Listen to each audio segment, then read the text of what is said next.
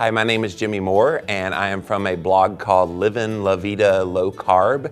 Created that in 2005 after losing 180 pounds on the Atkins diet. A year later, this guy says, hey, if you talk as good as you write, you should be a podcaster. I didn't know what a podcast was, but I was like, okay. So we started the Livin' La Vida Low Carb show in October of 2006, and it's now the longest running health podcast on the internet with almost 1,000 episodes.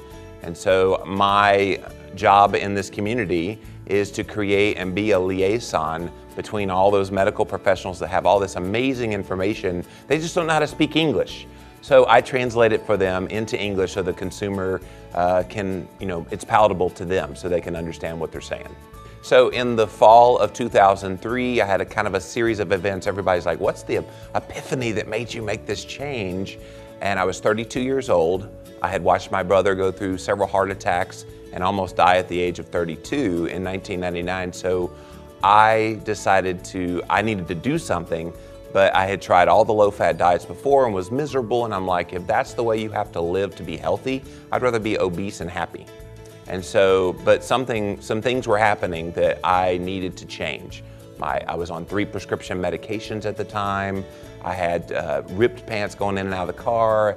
I was substitute teaching, and the little kid in the back of the room would say, man, you're fat. I'm like, okay, I get it. I need to change.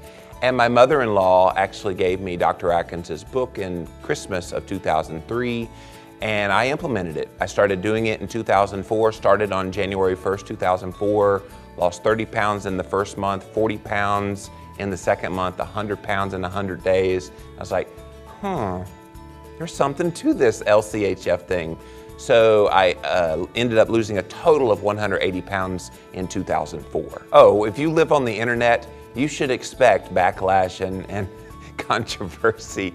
Well, and part of the issue is I'm not perfect in my weight. And so people will sometimes say, well, if low carb, high fat and banting, whatever you want to call it, works so well, why didn't you keep your weight off? Why don't you look the part, so to speak? And my argument is, inside, I do look the part.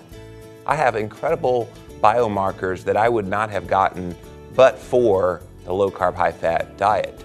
And I even call it the ketogenic diet because those ketones are actually fueling me. They're keeping my triglycerides low, my HDL high, my blood sugar and insulin levels under control, my inflammation markers are all down. Those are all signs of robust health, and yet all anybody wants to look at is weight on a scale.